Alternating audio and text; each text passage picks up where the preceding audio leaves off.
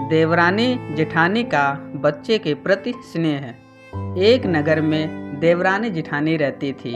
जेठानी तेज तर्रार और घमंडी स्वभाव की महिला थी, जबकि उसके विपरीत देवरानी शांत और मृदुभाषी महिला थी। उन दोनों के कोई संतान न थी। इस कारण दोनों ही बहुत दुखी और परेशान थी।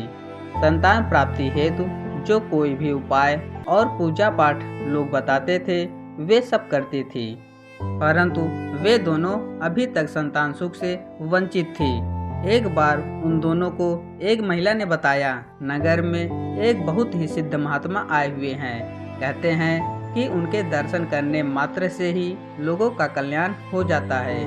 वे जो भी उपाय बताते हैं, उनको करने से व्यक्ति की मनोकामना शीघ्र ही पूर्ण हो जाती है। उनके आशीर्वाद से कई लोगों को संतान की प्राप्ति हुई है। तुम दोनों भी जाकर महात्मा जी से आशीर्वाद प्राप्त कर लो।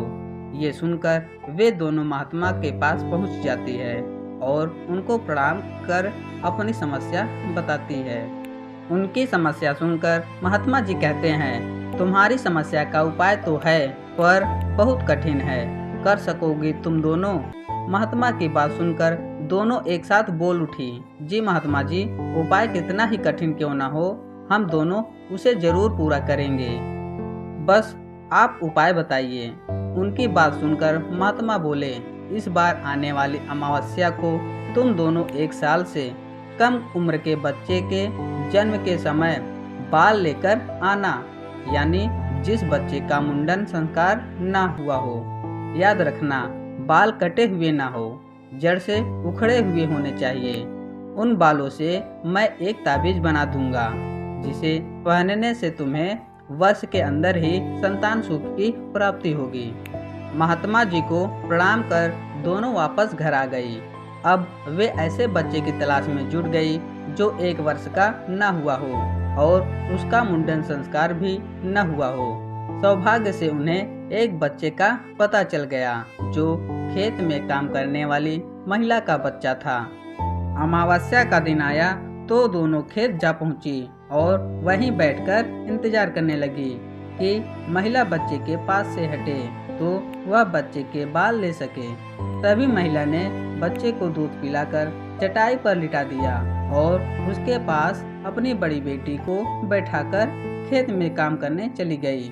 जब दोनों ने देखा कि महिला चली गई है, तो वे बच्चे के पास आई और लड़की को कहा, जाओ, खेत में तुम्हें तुम्हारी माँ बुला रही है, तब तक हम बच्चे का ख्याल रखेंगे।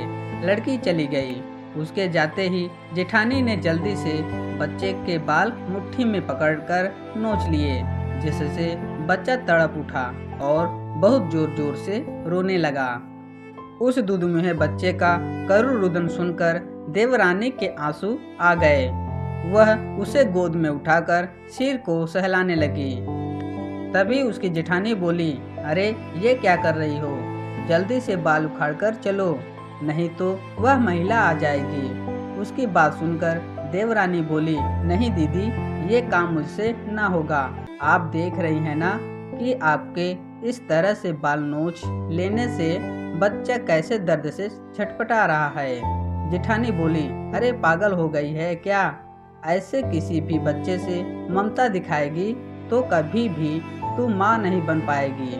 तूने सुना नहीं था कि महात्मा जी ने क्या कहा था कि इस उपाय से हमें संतान प्राप्ति अवश्य होगी। देवरानी ने कहा, नहीं दीदी, भले ही मुझे संतान की प्राप्ति हो या ना हो, पर मैं किसी भी बच्चे के साथ ऐसा नहीं कर सकती हूँ। जैसी तुम्हारी मर्जी, कहकर उसकी जेठानी चली गई। इधर देवरानी बच्चे को चुप कराकर महिला के आने पर उसे सौंपकर घर आई। शाम होने पर दोनों महात्मा के पास पहुंची और प्रणाम किया। महात्मा ने दोनों से पूछा, क्या तुम दोनों बालक के बाल लेकर आई हो? यह सुनकर जेठानी ने तुरंत अपने हाथ आगे किए और बोली, जी महात्मा जी, आपके कहे अनुसार मैं बालक के बाल ले आई हूँ। फिर महात्मा ने देवरानी से पूछा तो वह बोली, मुझसे यह काम न हो सका। मैं अपने स्वार्थ के लिए किसी अबोध बालक के बाल नहीं उखाड़ सकती। जब जेठानी जी बच्चे के बाल उखाड़ रही थी तो उसे कितनी पीड़ा हो रही थी जो मुझसे देखी नहीं गई।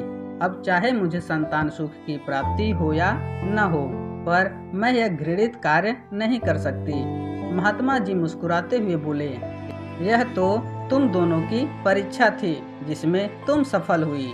जिस स्त्री में हर बच्चे के प्रति ममता और वात्सल्य हो, जो अपने स्वार्थ के लिए किसी और का अहित न करे, मेरा आशीर्वाद उसके साथ है। भगवान तुम्हारी मनोकामना जल्द पूरी करेंगे। वह जेठानी अपना सा मुंह लेकर रह गई।